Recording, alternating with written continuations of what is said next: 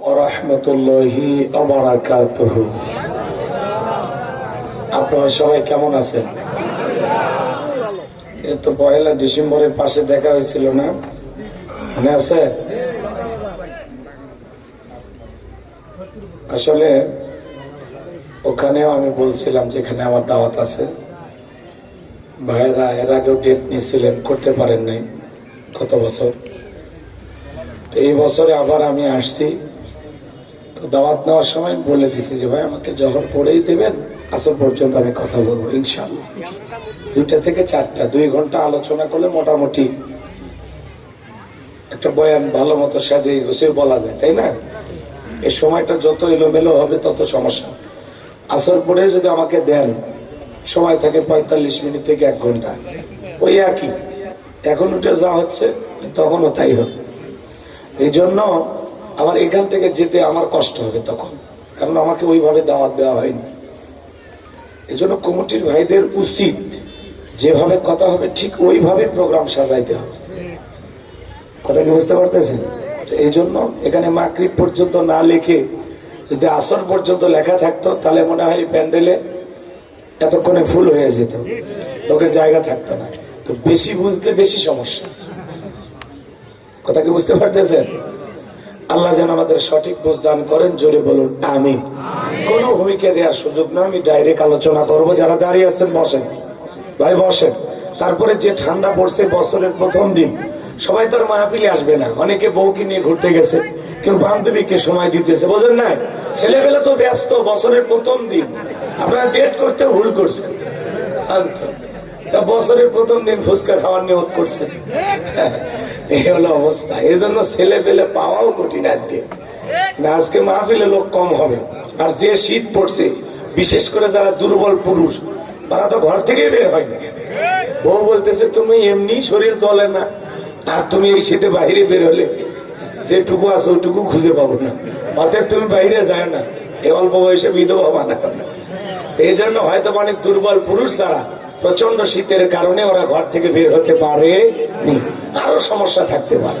তো যাই হোক, ওগুলো আমরা আর আলোচনা না করি। আমি সরাসরি আল্লাহর কোরআন থেকে আপনাদের সামনে সংক্ষিপ্ত কিছু সময় আলোচনা করব। আল্লাহ যেন তার গোলামকে কিছু কথা বলার তৌফিক দান করেন, সকলে বলুন আমিন। তাহলে ওই জায়গায় কোন সূরা থেকে ওয়াজ করছিলাম মনে আছে? সূরার নাম কি বলেন? বলেন, সূরার নাম কি? ও ভুলে গেছেন?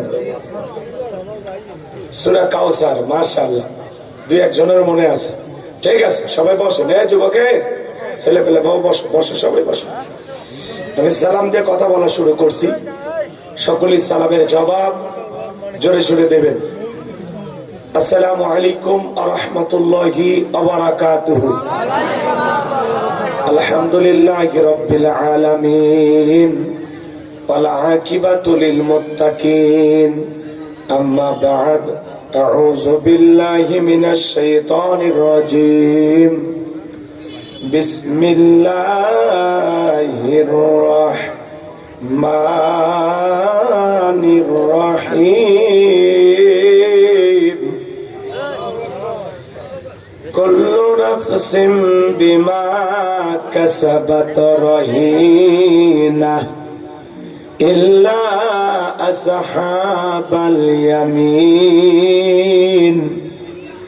ফি জান্নাতি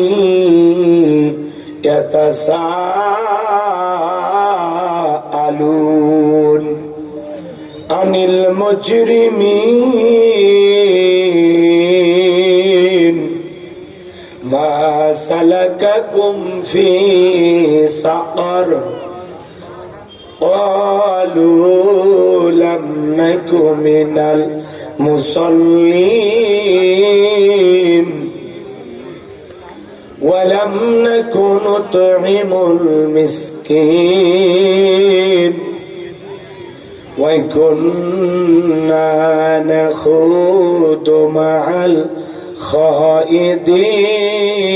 الخائضين وكنا نكذب بيوم الدين সাদাকতা ইয়া রাব্বাল আলামিন। وعن أبي هريرة رضي الله تعالى عنه قال قال رسول الله صلى الله عليه وسلم الدنيا سجن المؤمن وجنة الكافر رواه مسلم. وقال تعالى في شأن حبيبي إن الله وملائكته يصلون على النبي يا أيها الذين آمنوا صلوا عليه وسلموا تسليما. সকলে দরুদ ইব্রাহিম পড়ুন। আল্লাহুম্মা সাল্লি আলা মুহাম্মাদ ওয়া আলা আলি মুহাম্মাদ কামা সাল্লাইতা আলা ইব্রাহিম ওয়া আলা আলি ইব্রাহিম ইন্নাকা হামিদুম মাজিদ। আল্লাহুম্মা বারিক আলা মুহাম্মাদ ওয়া আলা আলি মুহাম্মাদ কামা বারাকতা আলা ইব্রাহিম ওয়া আলা আলি ইব্রাহিম ইন্নাকা হামিদুম মাজিদ। সাইদ ভাইয়ের মা, মুগ্ধ ভাইয়ের মা, ইয়ামিন ভাইয়ের মা, নাহিদ ভাইয়ের মা, তোমরা বড় ভাগ্যবতী, আল্লে ধরায় আলোর জ্যোতি। সালাম তোমায় জানায় ফেরেশতা মা, সালাম তোমায় জানায় ফেরেশতা। লা ইলাহা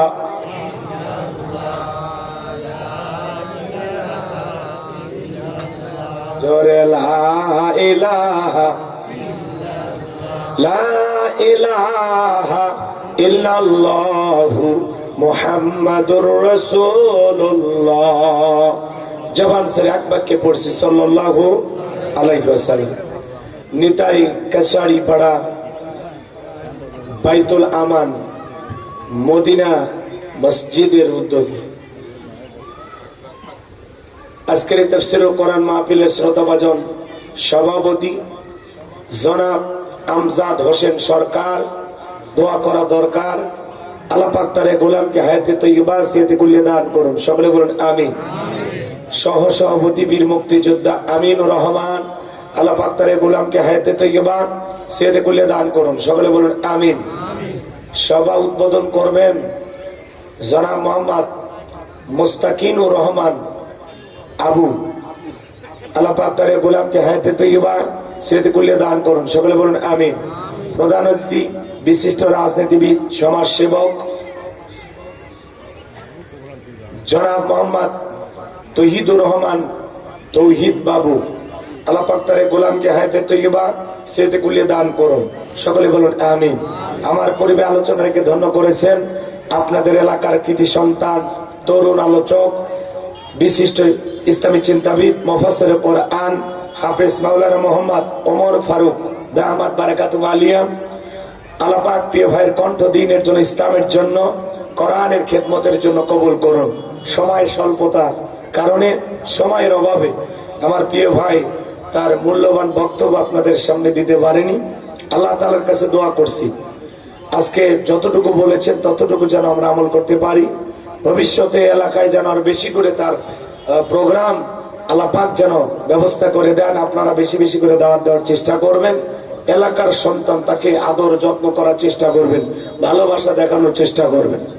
বলা যায় না উনি এক সময় সারা পৃথিবী জুড়ে নাম ছড়াবেন, কথা বলে দেখে না। এলাকার সন্তানদেরকে সুযোগ দিবেন, বেশি বেশি দাওয়াত দিবেন। আপনারা যতটা ভালোবাসা দেবেন বাইরের মানুষ তার সাথে বেশি দেবে। আমি আমার গ্রামে প্রধান বক্তা হয়ে আওয়াজ করি, গ্রামের মানুষ মানে অনেক ভালোবাসে। এই বছরে আবার তারিখ চাইতেছে, আমি বলতেছি না রাতে হবে না দিনে, কয় দিনেই করবো। আমার গ্রামে যেখানে আমার জন্ম হাফ প্যান্ট পরে ঘুরছে, কথা কি বোঝেননি? আবার কোনদিন প্যান্ট ছাড়াও ঘুরছে, এরকম দিন গেছে না গ্রামে, কথা কয় না। তো সেই গ্রামে যদি আমার ওয়াজ শোনে আর কি, আর কিছু লাগে? হ্যাঁ, তো যাই হোক সম্মানিত ভাইয়েরা আমার, ভূমিকা দেওয়ার কোনো সুযোগ নাই, বাড়তি কথা বলার কোনো সুযোগ নাই। আমরা যারা এসেছি মহান মনিবের দরবারে শুকরিয়া আদায় করে পড়ছি আলহামদুলিল্লাহ। একটু জোরে কম, একবার জোরে বলেন আলহামদুলিল্লাহ। নবীজির প্রতি দরুদ ও সালাম সকলেই পড়ুন সাল্লাল্লাহু আলাইহি ওয়াসাল্লাম। আমি কথা বলবো পবিত্র কুরআনুল কারীমের ৭৪ নম্বর সূরা। সূরাটির নাম হলো মুদ্দাসির। জোরে বলেন কি নাম? মুদ্দাসির মানে কি? পোশাক পরিহিত। সুবহানাল্লাহ কোন? মোট আয়াত আছে ৫৬টি, রুকু আছে ২টি। বিশ্বনবীর মক্কার জিন্দেগিতে এই সূরাটি নাজিল হয়েছে। আমি যে আয়াতি কারিমাগুলো তিলাওয়াত করেছি, যদি আয়াতের মূল হক আদায় করে আমি আলোচনা করি, কমপক্ষে ৩-৪ ঘন্টা কথা বলেও আলোচনা শেষ করা যাবে না। যতটুকু না বললেই নয়, ততটুকু আমরা বলার চেষ্টা করব। আল্লাহ যেন তার এই ক্ষুদ্র গোলামকে আপনাদের সামনে বলার তৌফিক দান করেন। সকলে বলুন আমিন। আমার কোনো জ্ঞান নাই, জ্ঞান দেওয়ার মালিক কে? ক্বালু সুবহানাকা লা ইলমা লানা ইল্লা মা আল্লামতানা ইন্নাকা আনতাল আলিমুল হাকিম। বলুন সুবহানাল্লাহ। সবাই একটু বসেন। তাহলে সূরার নাম কি? মুদ্দাসির। জোরে বলেন কি নাম? মুদ্দাসির। মনে থাকবে তো ইনশাআল্লাহ? জবান ছেড়ে সবাই একটু মহব্বতে আমার সঙ্গে তেলাওয়াত করুন। আউযু বিল্লাহি মিনাশ শাইতানির রাজিম। বিসমিল্লাহির রাহমানির রহিম। একটু আওয়াজ জোরে দিবেন যাতে আশেপাশে মেলায় যারা ঘুরতেছে ওরা যেন বোঝে খেলা শুরু হয়েছে। বোঝেন? আওয়াজ দিতে পারবেন না? ২ হাত তোলেন তো সবাই। একটু একটা সাইটে তাকবীর দেবেন, এমন আওয়াজ দেবেন লিল্লাহি তাকবীর। আর একটা জোরে লিল্লাহি তাকবীর। হাত নামান। ব্যাস হয়ে গেছে, ঠিক আছে। বিতাড়িত মুদ্দাস শয়তানের কাছ থেকে আল্লাহ পাকের কাছে আশ্রয় প্রার্থনা চাচ্ছি। পরম করুণা অসীম দয়ালু আল্লাহ তাআলার নামে শুরু করছি। সূরার নাম মুদ্দাসির। আমার আল্লাহ রাব্বুল আলামিন বলেন, কুল্লু নাফসিম বিমা কাসাবাত রহিনা। আর একটু জোরে বলেন আল্লাহু আকবার। আল্লাহ রাব্বুল আলামিন বলেন, কুল্লু নাফসিম বিমা কাসাবাত রহিনা। প্রত্যেকটা ব্যক্তি তার নিষ্কৃত কর্মের ব্যাপারে আবদ্ধ। আপনার জীবনের কৃতকর্মের হিসাব আপনাকে দিতে হবে। নিষ্কৃত কর্মের ব্যাপারে আপনি আমি দায়বদ্ধ। রহিনা মানে বন্ধক, আবদ্ধ। এদিক খেয়াল করেন, লিখেছেন ওয়াজ মাহফিল, আমি তো খেয়াল করিনি, এমন করছি তাফসীরুল কোরআন মাহফিল। যাই হোক, এদিক খেয়াল করেন। কুল্লু নাফসিম বিমা কাসাবাত রহিনা। প্রত্যেকটা ব্যক্তি তার নিজ কৃতকর্মের ব্যাপারে আবদ্ধ। আপনার জীবনের কৃতকর্মের হিসাব আপনাকেই দিতে হবে। আপনার জীবনের কৃতকর্মের হিসাব আপনার ছেলে দেবে না, মেয়ে দেবে না, স্ত্রী দেবে না, পাড়া প্রতিবেশী দেবে না, কোন দল দেবে না। আপনার জীবনের কৃতকর্মের হিসাব আপনি রবের কাছে দিতে বাধ্য। কথা বলে ঠিক? এই জন্য আল্লাহ তাআলা বলতেছেন কুল্লু নাফসিন বিমা কাসাবাত রহিনা। প্রত্যেকটা ব্যক্তি তার নিজ কৃতকর্মের কাছে আবদ্ধ। আপনার জীবনের কৃতকর্মের হিসাব আপনাকে দিতে হবে। এই আয়াতের ব্যাখ্যায় তাফসীরি কারকেরা লিখেছেন, যাদের কৃতকর্ম ভালো, যারা দুনিয়াতে সৎ কৃতকর্ম করবে, ভালো কৃতকর্ম করবে, এই ভালো কৃতকর্মের ফলাফল হলো জান্নাত। সুবহানাল্লাহ, একটু জোরে বলো। আর যারা এই দুনিয়াতে মন্দ কৃতকর্ম করবে, বাজে কৃতকর্ম করবে, বদ আমল করবে, এই মন্দ কৃতকর্মের ফলাফল হলো জাহান্নাম। তার মানে কি? কথায় আছে না, যেমন কর্ম তেমন ফল। বিশ্বাস না হয় করিয়া দেখো, বেহেশত আর দোজখ সাত। বিশ্বাস না হয় মরিয়া দেখো। কথা কি বোঝেন নাই? তো আপনার জীবনের কৃতকর্ম যেমন সুন্দর হবে, আখিরাতটা তত সুন্দর হবে। কৃতকর্ম যদি খারাপ হয়, আমলটা যদি ভেজালওয়ালা হয়, তাহলে আখিরাতে আপনি ধরা খেয়ে যাবেন। এই জন্য আল্লাহ তাআলা বলেন, ফামাই আমাল মিসকাল যাররাতিন খায়রান ইয়ারা ওয়া মাই আমাল মিসকাল যাররাতিন শাররান ইয়ারা। বান্দারে, তুমি যদি যারা পরিমাণ, অণু পরিমাণে নেক আমল করো, ওইটাও তোমার আমলনামায় লিপিবদ্ধ করা হয়। আল্লাহু আকবার, আল্লাহু আকবার। আবার তুমি যদি যারা পরিমাণ, অণু পরিমাণে বদ আমল করো, ওইটাও তোমার আমলনামায় লিপিবদ্ধ করা হবে। এই জন্য আল্লাহ তাআলা বলেন, কিরামান কাতিবিন ইয়ালামুনা মা তাফআলুন। সম্মানিত দুইজন লেখক সদা সর্বদা আপনার আমার জীবনের ডায়েরিটা লিখতেছে। কৃতকর্মগুলো লিপিবদ্ধ করতেছে। কথা বলে ঠিক কিনা? এছাড়া আল্লাহ তাআলা কি বলতেছেন? কুল্লু নাফসিন বিমা কাসাবাত রাহিনা, প্রত্যেকটা ব্যক্তি তার নিজ কৃতকর্মের কাছে আবদ্ধ। আপনার জীবনের প্রত্যেকটা কৃতকর্ম রেকর্ড করার জন্য ডান কাঁধে থাকা ফেরেশতা নেক আমল লিপিবদ্ধ করতেছে, বাম কাঁধে থাকা ফেরেশতা আপনার গুনাহগুলো লিপিবদ্ধ করতেছে। বাঁচার উপায় আছে? জোরে বলেন আছে? এজন্য আল্লাহ তাআলা বলেন মা ইয়ালফিজু মিন কাউলিন ইল্লা লাদাইহি রাকিবুন আতীদ, বান্দা এমন কোন কথা বলে না, এমন কোন কৃতকর্ম করে না যা রেকর্ড করার জন্য আমার ফেরেশতার নাই। আপনার জবানের প্রত্যেকটা কথা, আপনার জীবনের প্রত্যেকটা কৃতকর্ম আল্লাহ রেকর্ড করতেছেন। কথা বলে ঠিক কিনা? আমার ভাইয়েরা, কঠিন কিয়ামতের ময়দানে আল্লাহ তাআলা যখন আপনার আমার আমলনামার ডায়েরিটা, খাতাটা হাতে ধরায় দিয়ে বলবে ইকরা কিতাবাকা, তোমার কিতাব তুমি পড়ো, আজকে তোমার হিসাব দেওয়ার জন্য তুমি নিজেই যথেষ্ট। সেদিন মানুষ আফসোস করে বলবে লা ইগাদিরু সগীরাতাও ওয়ালা কাবীরাতান ইল্লা আহসাহা। এত বড় আশ্চর্যজনক একটা কিতাব যেখানে ছোট কথাও লেখা বাদ যায় নাই, বড় কথাও লেখা বাদ যায় নাই। সেদিন মানুষ নিজের আমলনামা পড়ে বলবে আল্লাহ এগুলো আমার না। কথা কেন? নিজের কৃতকর্ম সবকিছু দেখার পরে বলবে এগুলো আমার না। জমিন সাক্ষী দিবে, যে জায়গায় দাঁড়িয়ে পা দিয়ে শোনেন, যেই জমিনে দাঁড়িয়ে আপনি গুনাহ করেছেন জমিন আপনার বিরুদ্ধে সাক্ষী দিবে। কোন হাত দিয়ে কার খেরের পালাই জমিতে ফসল নষ্ট করছেন, কার পুকুরের মাছ চুরি করছেন। কথা কয় না কেন? হুজুর ইলে কি করে, কিছু তো শোনেনি, খালি অপেক্ষা করেন। কষ্ট হচ্ছে নাকি আপনাদের? এই যে 31 নাইটে কার অন্য ধরে টান দিছ, কথা কন। তুমি যা করেছো যুবক, দিনের আলোতে রাতের আধারে গোপনে প্রকাশ্যে, কথা কয় না কেন? কথা বোঝেন নাই মনে হয়। আপনি আমি জীবনে যা করেছি প্রত্যেকটা কৃতকর্ম রেকর্ড করা হচ্ছে। আপনি ঘুমাইলে আল্লাহ ফেরেশতারা ঘুমায়, জোরে বলেন ঘুমায়। এইবার শোনেন, এই যে ক্যামেরা দিয়ে আমার আলোচনা রেকর্ড করা হচ্ছে না, 6 মাস পরে আলোচনা দেখা সম্ভব কিনা? তাহলে দুনিয়ার মানুষের কাছে ক্যামেরা দিয়ে রেকর্ড করার বুদ্ধি যদি মাথায় থাকে, আমার মালিকের কাছে সেই জ্ঞান আছে না? না আছে, মানে সিসি ক্যামেরা সেট করে দিছে। কথা কয় না? কোন অফিসে সিসি ক্যামেরা লাগানো থাকলে সেই ক্যামেরা, কিন্তু নিজের কাঁধেই যে ক্যামেরা লাগানো আছে এটা মানুষ ভুলে যায়। যদি একবার চিন্তা করতো আমি যে জায়গায় পাপ করতেছি, যা করতেছি আল্লাহ দেখতেছে।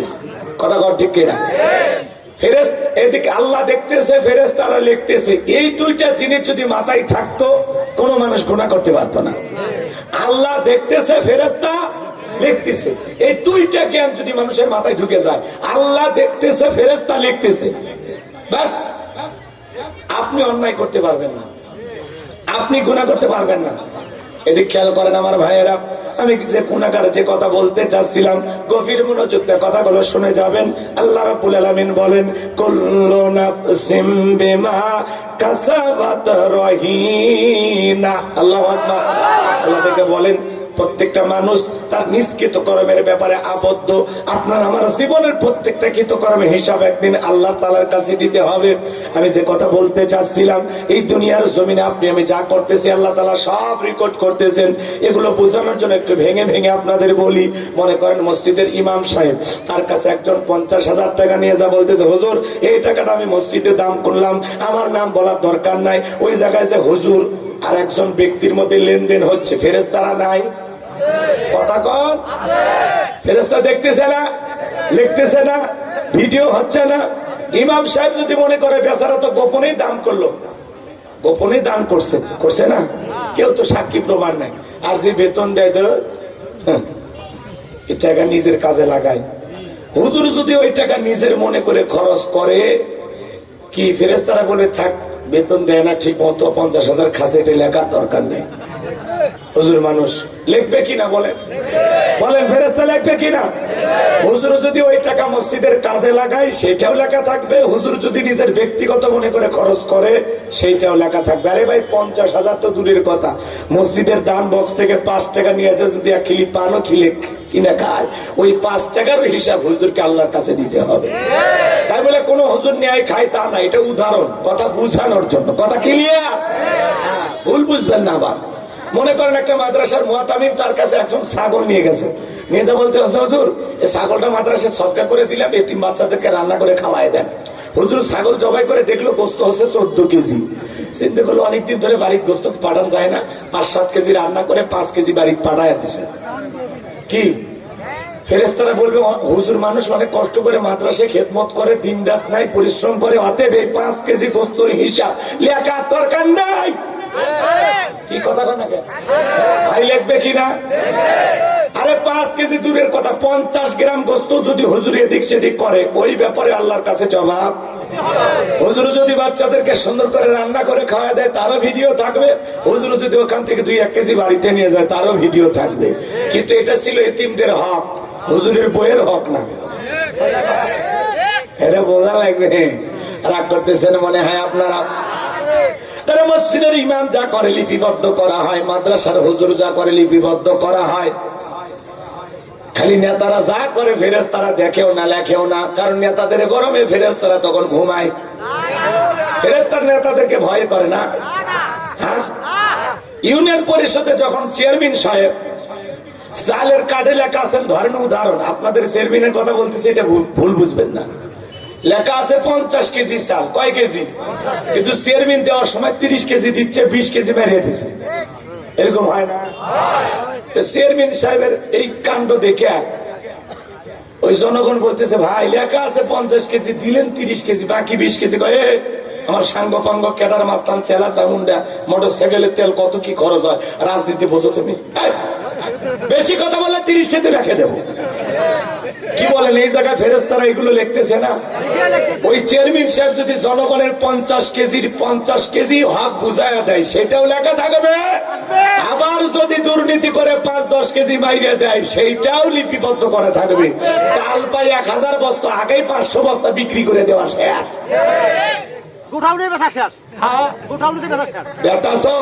আপনি সাথে থাকেন তো, দেখি তো আমার ঠেকাই কে। রাগ করতেছে নাকি আপনারা? নেতা ওই জন্য কিয়ামতের ময়দানে ঢেউটিন সহ চাল ডাল বস্তা সহ যা আছে, দুনিয়াতে আকাম বদকাম যা করছে, সব গলা ঝুলে নিয়ে উঠবে। মানুষকে কেড়ে এনে আমাদের চেয়ারম্যান আসলো, তার গলাতেই লেখে। তখনই বুঝবেন ও ছিল দুর্নীতিবাজ। কথা কর ঠিক না?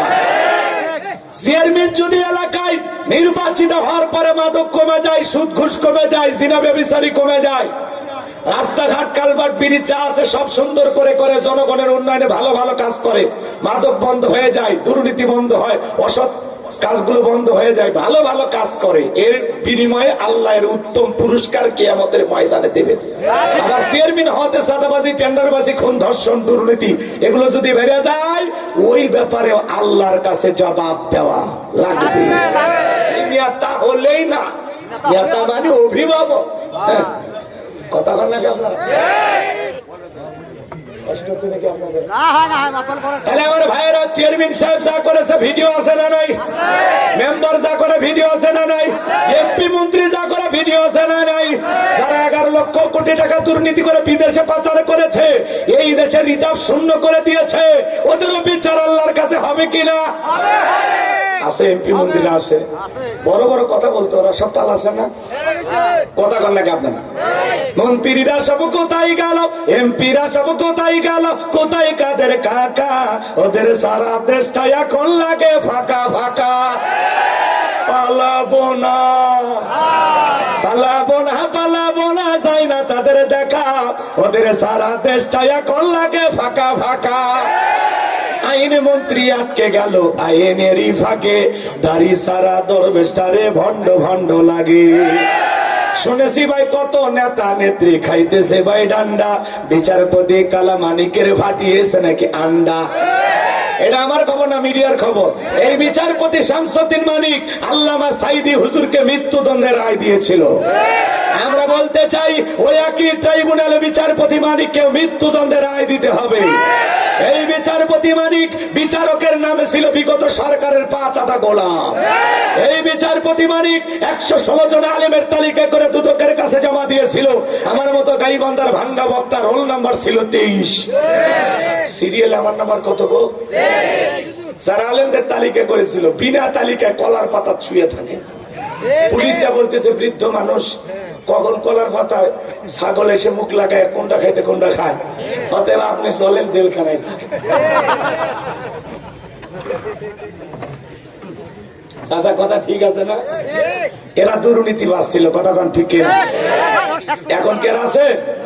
পলকের ঝলক গেল, পলকের ঝলক গেল, থামিয়ে নেটের চাকা, ওদের সারা দেশটা এখন লাগে ফাঁকা ফাঁকা। কি কথা ঠিক আছে? কোথায় গেল সংসদেতে মমতাজের গান, কোথায় গেল হযরত বলা স্বামী ওসমান? মাইক পালে বলতে খেলা খেলা হবে। আজকে পুরো দেশের মাঠ পড়ে আছেন, কিন্তু খেলোয়াড়রা নাই। ওরা তো খেলোয়াড় ছিল না, ওরা ছিল পাক্কা দুর্নীতিবাজ। 70 টাকা তাহাজ্জুদ পড়তো, নিজেকে আল্লাহর ওলি দাবি করতো। 41 সাল পর্যন্ত টিকে থাকার স্বপ্ন দেখেছিল, কিন্তু 5 আগস্ট 24 সালে আল্লাহর ওলিদের ভাগ্যে কি আছে আল্লাহর ওলিরা জানতো না। কথা ঠিক কিনা? এজন্য মনে রাখবেন, জুলুম কখনো চিরস্থায়ী হতে পারে না। জুলুমের একদিন পতন আছে। যৌবনের জোর আর ক্ষমতার জোর দুটো চিরকাল থাকে না, দুইটারই উত্থান পতন আছে। কথা ঠিক আছে না? রাগ করতেছেন মনে হয় আপনারা। চলেন ভাইরা আমরা সামনের দিকে যাই। তাহলে নেতা যা করে রেকর্ড করা হয়, ইমাম মুয়াজ্জিন যা করে রেকর্ড করা হয়, খালি যুবকেরা যা করে ফেরেশতারা ওই জায়গায় থাকে না। এই যুবক কার হাত ধরে পার্কে বসে আছো? কথা কয় না। তোমরা যখন পার্কে বান্ধবীর সাথে বসে থাকো, ওই জায়গায় কিন্তু ফেরেশতারা লজ্জায় যায় না, ওই দৃশ্য ভিডিও করে না, ক্যামেরা থেকে বাদ দেয়, হ্যাঁ এডিট করে বাদ দেয়। এ যুবক, দিনের আলোতে রাতের আধারে গোপনে প্রকাশ্যে কার আম বাগানে, কোন জায়গায়, কোন পার্কে, নৌকের চড়ে কোন নদী পার হইতে, কি ঘটনা কি? ওই যে শহরের ভিতর, ওই যে কাশফুলের ওই সাইডে। কথা কন ঠিক কিনা? এই যে হ্যাপি নিউ ইয়ার পালন করবে যা, কোন বান্ধবীর অন্য ধরে টান দিয়েছো, 14 ফেব্রুয়ারিতে কার পিছে গোলাপ পেন্নে ঘুরেছো, প্রত্যেকটা ভিডিও আছে। কথা বলেন যুবক, তুমি কি মনে করো তুমি যে এতিমের মতো স্কুল ছুটি হওয়ার আগেই স্কুলের সামনে যা দাঁড়ায় থাকো, কলেজের সামনে যা দাঁড়ায় থাকো, কি আল্লাহর ফেরেশতারা বোঝে না কোন নিয়তে দাঁড়ায় আসো? কি ওর ভিতর থেকে তোর মা বের হবে? কে বের হবে? কারে দেখার জন্য দাঁড়ায় আছো? কথা সাবধানে বলতেছি, ভালো হয়ে যায়, এখনো সময় আছে, কি ভালো হয়ে যান। কে কি করতেছেন সব মোবাইল চেক করলে এখনই পাওয়া যাবে। কথা কোন ঠিক কিনা? তাহলে যুবক, তুমি যা করতেছো দিনের আলোতে রাতের রাতের গোপনে প্রকাশ্যে যা করো, হোটেলে পার্কে যেখানে যাও না কেন, আল্লাহর ফেরেশতা এগুলো কি করতেছে? লিখতেছে। বাঁচার কোনো উপায়, বাঁচার কোনো উপায় এখনো সময় আছে। তওবা করে ফিরে আসো। যা গুনাহ করেছো আল্লাহর কাছে সেই গুনাহগুলো স্বীকার করে, আসামির মতো স্যালেন্ডার করে, আত্মসমর্পণ করে, নিজের সমস্ত ত্রুটিগুলো স্বীকার করে স্বীকৃতি দাও যে আমি পাপী গুনাহগার, আমারে মাফ করে দাও। ক্ষমা চাওয়ার মতো যদি চাইতে পারো, আল্লাহ যদি মাফ করে দেয়, তোমার ওয়াদা থাকবে যে আর জীবনে কোনোদিন আমি গুনাহ করব না। পারবো তো ইনশাআল্লাহ? পারবেন তো ইনশাআল্লাহ? অনেক যুবক এদিকে খেয়াল করেন, কথা বলতে গেলে অনেক সময় লাগবে, আমি তো আগেই বলেছি। অনেক যুবক বিয়ে করে মহারণা ফাঁকি দেয়, আছে না ভাই? কথা কয় না? মহারণা ফাঁকি দিয়ে তুমি বউ নিয়ে বাসর ঘরে ঢুকছো, ছেলে বসে থাকে সোফায়, বিয়ে বসে থাকে খাটে। স্ত্রী ডেকে বলে, কি গো দূরে থাকলে কি ভালোবাসা হবে? বলে কাছে যাওয়ার উপায় নাই। কে? হুজুর বলেছে মহারণা পরিশোধ না করে স্ত্রীকে স্পর্শ করা যাবে না। ছেলের নাম আবুল, কথা শোনেন, ছেলের নাম আবুল, 1.5 মহারণা ধার্য করেছে 1 লক্ষ টাকা। 1000 টাকা দেশে নাকের ফুল, বলেছে কবুল, জীবন পুরোটাই ভুল। ওই যে 99,000 টাকা বাকি জনম দিবে ফাঁকি, ওই বাকি আর মৃত্যুর আগে পরিশোধ হবে না। কথা কর। বাসর ঘরে ঢুকে স্বামী স্ত্রী এক খাটে বসে না থেকে, ছেলে সোফায়, মেয়ে খাটে, এই যে বসে আছে, এই জায়গায় ফেরেশতারা তো নাই। ওই সময় ফেরেশতারা কিন্তু ঘুমায়। এই দিক খেয়াল করেন। এই ছেলেটা বলতেছে, হুজুর বলেছে মহারণা পরিশোধ না করে বউকে স্পর্শ করা যাবে না। তখন বলতেছে টাকা দাও। তোকে টাকা থাকলে বসে থাকি? টাকাই নাই আমার, বিয়ে করছো। মহারণা দেওয়া ফরজ, জোরে বলেন, মহারানা দেওয়া কি? প্রত্যেকটা পুরুষের দায়িত্ব তার স্ত্রীকে মহারানা পরিশোধ করে ঘরে তোলা। প্রত্যেকটা নারীর অধিকার হলো মহারানা পাওয়া। কথা বলে ঠিক কিনা? নারীর এই অধিকার প্রতিষ্ঠিত করার দায়িত্ব প্রত্যেকটা পুরুষের। কিন্তু অধিকাংশ আমরা পুরুষ ফাঁকিবাজ। কথা কয় না কি? ফাঁকিবাজ, খালি ঠকাইতে পারলে ব্যাস, সব জায়গায় ঠকাইলে জিততে পারবেন না। যারা স্ত্রীর মহারানা পরিশোধ না করে সারাটা জীবন এভাবে কাটায় দিবেন, কিয়ামতের ময়দানে জিনাকারী নারী পুরুষের কাতারে আল্লাহ আপনাকে দাঁড় করায় দিবেন। মহারানা পরিশোধ করতেই হবে। কথা কয় না? কিছু দিলেন, কিছু মাফ করে দিলে সেটা ভিন্ন কথা, কিন্তু পুরোটাকে মাফ করে দেয়। 1 লাখ টাকা এক দেখায় মাফ করে দেয়, অত সহজ। ওটা মাফ করছে, মন থেকে করেনি। বিশ্বাস না হলে আপনার বউকে এখনো জিজ্ঞাসা করবেন, ওই যে বাসন করেছে মাফ করে দিছিলেন, ওটা কি ঠিক মতো মন থেকে দিয়েছে? হ্যাঁ মাফ করছি। হ্যাঁ, ডায়লগ চেঞ্জ করে ফেলে যে কথা ঠিক কি না? তুমি চিন্তা করলে 1 লাখ টাকার জন্য স্বামী যদি কাছে না আসে, 7-8 টাকা দিয়ে কি করবো? গরু ছাগল জবাই করে বাপ মা 300-400 লোক খাওয়াইয়া বিয়ে পাড়ি দিছে, তো যাও মাফ করে দিলাম। এটা মাফ করে দেওয়া না ব্ল্যাকমেইল করা। কথা কন? এই জন্য যুবক, তুমি বাসর ঘরে ঢুকে কি কি করেছো, কোন কায়দায় মাপ নিয়েছো, আল্লাহর ফেরেশতারা তারও ভিডিও করে রাখছে। কথা বলেন ঠিক না? তাহলে সাবধান হওয়া দরকার আছে না নাই? এই জন্য আল্লাহ তাআলা বলেন, কুল্লু নাফসিন বিমা কাসাবাত রহিনা, প্রত্যেকটা ব্যক্তি তার নিজ কৃতকর্মের ব্যাপারে আবদ্ধ। আপনার জীবনের কৃতকর্মের হিসাব আপনাকে আল্লাহর কাছে দিতে হবে। এজন্য বাজান, নিজেদের জীবনের কৃতকর্ম ভালো করার দরকার আছে না নাই? আল্লাহর ভয়ে সকল গুনাহ থেকে কারা কারা বেঁচে থাকবেন, হাত তুলে দেখান। এখন থেকে আমরা যা করব ভালো কাজ করব, মন্দ কাজ করব না, মন্দ কিছু শুনবো না। আল্লাহ হেদায়েত দান করুন, সূরা বলুন আমিন। এরপর আল্লাহ রাব্বুল আলামিন বলেন, ইল্লা আসহাবাল ইয়ামিন। আল্লাহ রাব্বুল আলামিন বলেন, ডান পাশে যারা থাকবে তারা হলো নিরাপদ। সুবহানাল্লাহ বলেন।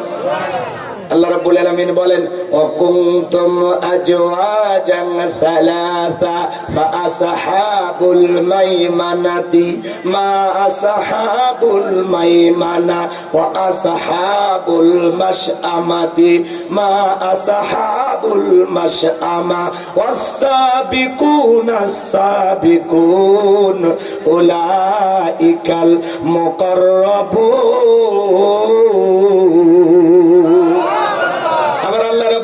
জানিয়ে দিলেন সূরা ওয়াকিয়ার ভিতরে, কঠিন কিয়ামতের ময়দানে আল্লাহ তাআলা মানুষকে 3 শ্রেণীতে ভাগ করবে। এর মধ্যে যারা ডান পাশে থাকবে তারা হলো নিরাপদ, ডানপন্থী যারা জান্নাতি হবে তারা বলুন সুবহানাল্লাহ। আল্লাহ তাআলা বলেন, ফি জান্নাতি ইয়াতাসাআলুন।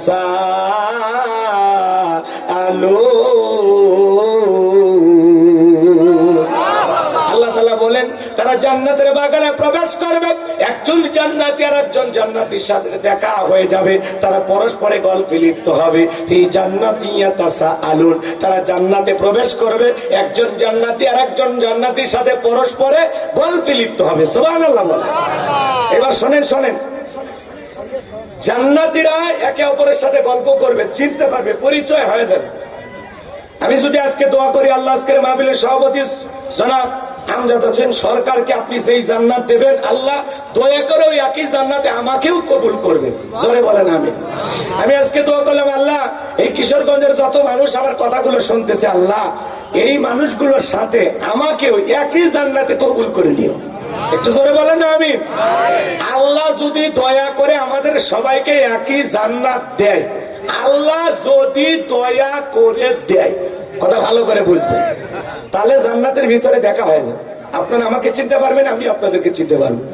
দৌড়ে এসে বলবো, হুজুর হ্যাঁ আপনি তো আমাদের গ্রামে ওয়াজ করতে গেছিলেন, নিতাই নীলফামারী জেলা ছিল, এখন তো আর নাই, জেলা ভেঙে দিছে আল্লাহ। থাকবে কিছু? পৃথিবীর কোনো কিছু থাকবে? কুল্লু মান আলাইহা ফান, পাহাড় পর্বত নদী নালা খাল বিল যা দেখতেছেন সব শেষ হয়ে যাবে, কিচ্ছু থাকবে না, সব আল্লাহ ধ্বংস করে দিবে। কথা বলে ঠিক না? তো দেখার পরে পরিচয় হয়ে যাবে। সভাপতির জন্য দোয়া করলাম, যদি কেউ করেন, যদি আল্লাহ ওনাকেও জান্নাত দেয় আমারও দেয়, তখন দুইজন একে অপরকে দেখে আমরা চিনতে পারবো। কথা কয় না? আল্লাহ চেনার সুযোগ করে দিবেন, আমরা চিনতে পারবো। তখন চিনার পরে দুইজন বলবে ঠিক আছে হুজুর, আল্লাহ আপনারাও জান্নাত দিছে, আমারও দিছে, আহা আলহামদুলিল্লাহ, আসেন হুজুর আমরা জান্নাতের বাগানে বসে গল্প করি। জান্নাতের বাগানে ভিপি চেয়ার সাজানোই থাকবে, আপনি বসবেন, বসে গল্প শুরু করবেন। সুবহানাল্লাহ। অনেকে ভাবতেছেন হুজুর দোয়া করলে জান্নাত অতই সহজ, তাহলে ছোট্ট একটা কথা বলেই দিই। বলবো ঘটনা বলা মূল উদ্দেশ্য না। এই যে প্রথম আয়াতে একটা ঘটনা আমি বলি, একটা বিয়ের ঘটনা, কিন্তু আমি ওইদিকে গেলাম না, কারণ আমি সময়টা তো পাবো না। অন্তত আয়াতগুলো শেষ করলে কিছু নিয়ে যেতে পারবেন। ঘটনার চাইতে গুরুত্ব দেওয়া লাগবে আয়াতে। কথা বলে ঠিক কিনা? কোরআন বুঝতে পারলে জীবনটা সুন্দর হবে। কথা বলে ঠিক কিনা? ভাই বসো না, কে বসো শোনা আমার ভাইয়েরা। আল্লাহ নবী মুসা আলাইহিস সালাম আল্লাহকে ডেকে বলেন, আল্লাহ আপনি কি আমারে জান্নাত দেবেন? আল্লাহ বলে, নবী মানুষ, এটা কেমন প্রশ্ন? অবশ্যই আমি আল্লাহ জান্নাত দেব। সুবহানাল্লাহ।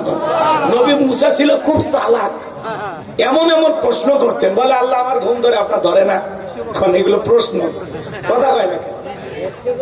নবী মুসা আল্লাহকে ডেকে বলে, আল্লাহ আমি যদি আল্লাহ হই আর আপনি যদি মুসা হন, তাহলে বলেন তো এই প্রশ্নগুলোর মধ্যে জ্ঞান আছে না নাই?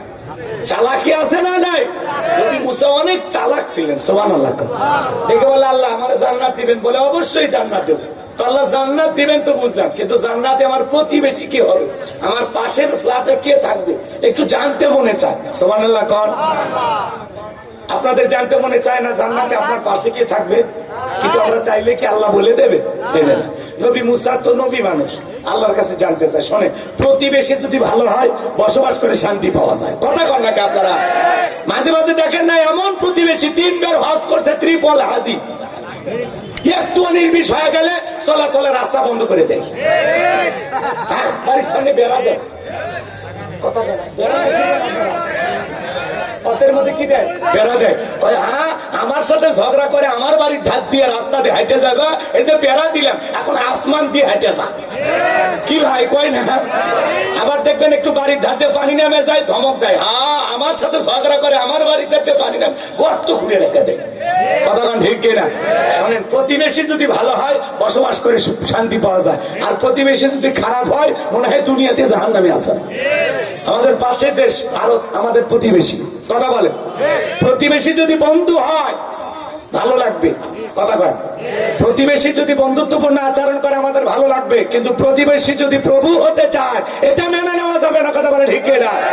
এজন্য ভারতকে বলতে চাই, বন্ধুত্ব দিলে বন্ধুত্ব পাবেন, প্রতিবেশী ভাবলে প্রতিবেশী আমরাও ভাববো, ভালোবাসা দিলে আমরাও ভালোবাসা দেব, কিন্তু বাংলাদেশকে নিয়ে কোন ষড়যন্ত্র করলে মেনে নেওয়া হবে না, দাঁত ভাঙা জবাব দেওয়া। প্রতিবেশী বন্ধু হলে আমাদের আপত্তি নেই, আমরা বন্ধুত্বের হাত বাড়িয়েছি, আসেন বন্ধু হয়, কিন্তু প্রভুত্ব আমরা মেনে নেব না। কথা বলেন না কেন আপনারা? প্রতিবেশীর নামে বাংলাদেশের মানুষের উপরে দাদাগিরি দেখাবেন, ওইটা মেনে নেওয়া হবে না। কথা বলে ঠিক না? এই জন্য ভারতকে বলতে চাই, এখনো সময় আছে, অতীতের সব কিচ্ছা কাহিনী ভুলে নতুন করে আমাদের সাথে সম্পর্ক করেন। ওরা কিন্তু মিডিয়ার মাধ্যমে বাংলাদেশকে নিয়ে সব সময় তত্ত্ব সন্ত্রাস চালিয়ে যাচ্ছে, অপপ্রচার চালিয়ে যাচ্ছে, বিশ্বের দরবারে বাংলাদেশকে জঙ্গি রাষ্ট্র হিসেবে তুলে ধরার ষড়যন্ত্র করতেছে, কিন্তু কোনো লাভ হবে না। কথা বলেন না কেন? আমাদের অপপ্রচার চালে আপনাদের লাভ আছে? লাভ নাই। এখন পৃথিবী সবচাইতে যেই দেশ থেকে বেশি গুজব ছড়ানো হয় এই তালিকায় ভারত হলে একটা। কথা কয় না কেন? ভারত কয় না বা? তাহলে এরা ওই দেশে যাওয়ার কারণে ওই দেশের অবস্থা হয়ে গেছে গুজব লীগ। ওরা এখন কি? ভারত কি? গুজব লীগ। এরা খালি গুজব ছড়ায়। আল্লাহ যেন প্রতিবেশী রাষ্ট্রকে হেদায়েত দান করে, কারণ প্রতিবেশী চেঞ্জ করা যায় না ভাই। প্রতিবেশী চেঞ্জ করা যায়? এজন্য প্রতিবেশী যদি ভালো হতে চায় আমরা তাকে ভালোবেসে বুকে টেনে নেব। প্রতিবেশী ঝামেলা করলে আসলে বসবাস করে শান্তি পাওয়া যায় না। আল্লাহ যেন ভারতের দাদাদেরকে হেদায়েত দান করেন। একটু জোরে খন না আমি? কষ্ট হয় নাকি আপনাদের? তাহলে আমার ভাইয়েরা শোনেন, আল্লাহ নবী মুসা ডেকে বলে, আল্লাহ জান্নাতে আমার প্রতিবেশী কে হবে? আল্লাহ ডেকে বলে, পয়গাম্বার তোমার প্রতিবেশী কে হবে যদি জানতে চাও অমুক বাজারে চলে যাও, সেখানে একজন কসাই গোস্ত বিক্রি করে, সেই তোমার সাথে একই জান্নাতে থাকবে। সুবহানাল্লাহ। নবী মুসা ডেকে বলে, আল্লাহ দুনিয়াতে এত মানুষ থাকতে কসাই কেন? বলে, কেন দিছি সবই যদি বলে দেই তাহলে তোমার দায়িত্ব কি? কেন জান্নাত দিছি দেখতে হলে কসাইয়ের কাছে চলে যাও। আল্লাহু আকবার কর। এইবার নবী মুসা চলে গেলেন সেই বাজারে, কসাই গোস্ত বিক্রি করে চকলার মধ্যে গোস্ত নিয়ে রওনা করেছে। আল্লাহ নবী মুসা কাছে যায় আর ডেকে বলে, কসাই আমি যদি তোমার বাড়ির মেহমান হই তোমার কি কোনো আপত্তি আছে? বলে না, আপত্তি নাই, আলহামদুলিল্লাহ। এই কথা বলে কসাই নিয়ে চলে গেলেন বাড়িতে। নবী মুসাকে নিয়ে যাওয়ার পরে কসাই নিজের হাতে গোস্ত করে রান্না করলেন, বাটিতে কইরা গোস্ত নিয়া তার জনম দুঃখিনী মা অন্ধ, চোখে দেখতে পারে না, জনম দুঃখিনী মায়ের মুখে খাবার তুলে তুলে খাওয়াইলেন। নিজের হাতে রুটিগুলো ছেড়ে গোস্ত দিয়া মারে খাওয়ানো শেষে দুঃখিনী মা দুইটা হাত তুলে দোয়া করে বলে, আল্লাহ এই জামানার মুসা নবী যেই জান্নাতে থাকবে আমার ছেলেটাকেও সেই একই জান্নাতে কবুল করে নিও। জোরে বলেন মারহাবা। এইবার কসাই যখন চলে আসছে, নবী মুসা ডেকে বলে, একজন মহিলার আওয়াজ শুনতে পাইলাম, সেই মহিলাটা তোমার কে হয়? বলে, আপনি মন খারাপ করবেন না, ওইটা আমার আম্মা প্রতিদিন আল্লাহর কাছে দোয়া করে, আল্লাহ যেন এই জামানার নবী মুসার সাথে আমারে জান্নাত দেয়। আপনি বলেন কই জামানার নবী মুসা আর কই আমার মতো সামান্য কসাই, আল্লাহকে এই দোয়া কখনো কবুল করতে পারে? নবী মুসা ডেকে বলে, কসাই রে তুমি কি জামানার নবী মুসাকে দেখো নাই? আমি হলাম এই জামানার নবী মুসা, আর তোমার মায়ের দোয়া কবুল হয়েছে। আল্লাহ